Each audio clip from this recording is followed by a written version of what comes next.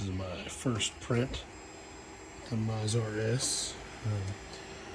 All I did was the automatic bed leveling that is part of the software that's installed, or firmware I should say, that's installed.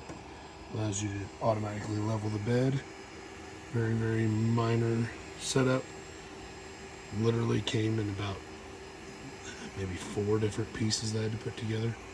Much easier than the Ender series printers as far as assembly goes. And as you can see, it's laying down a pretty solid first layer. Well, here's the first print. It's on there, but came right off. Looks pretty good.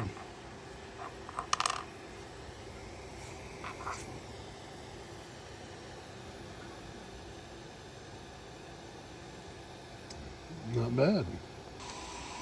Here we are at half a day into a pretty good sized print, about 71%. And so far so good.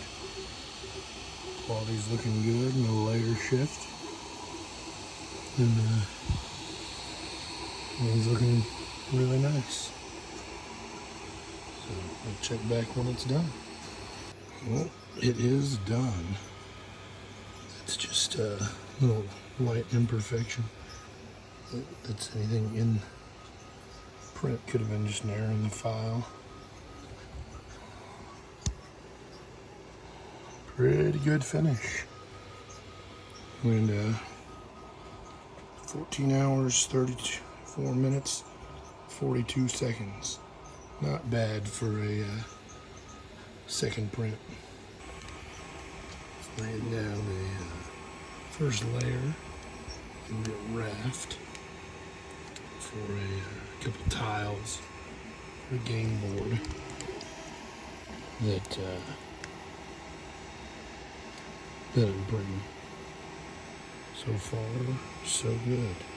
Didn't level between the initial print and this. I'm just going to keep it going. Not in this machine at all. And as you can see, I've got it sitting on this concrete block.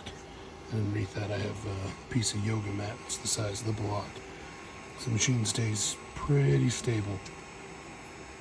But anyway, just let this run overnight and see how it turns out. Okay.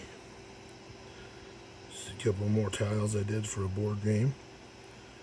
The retraction settings aren't quite right for this, but this is really fine detail work, and that's something that I can play with easily. But the detail and quality right out of the box is really good.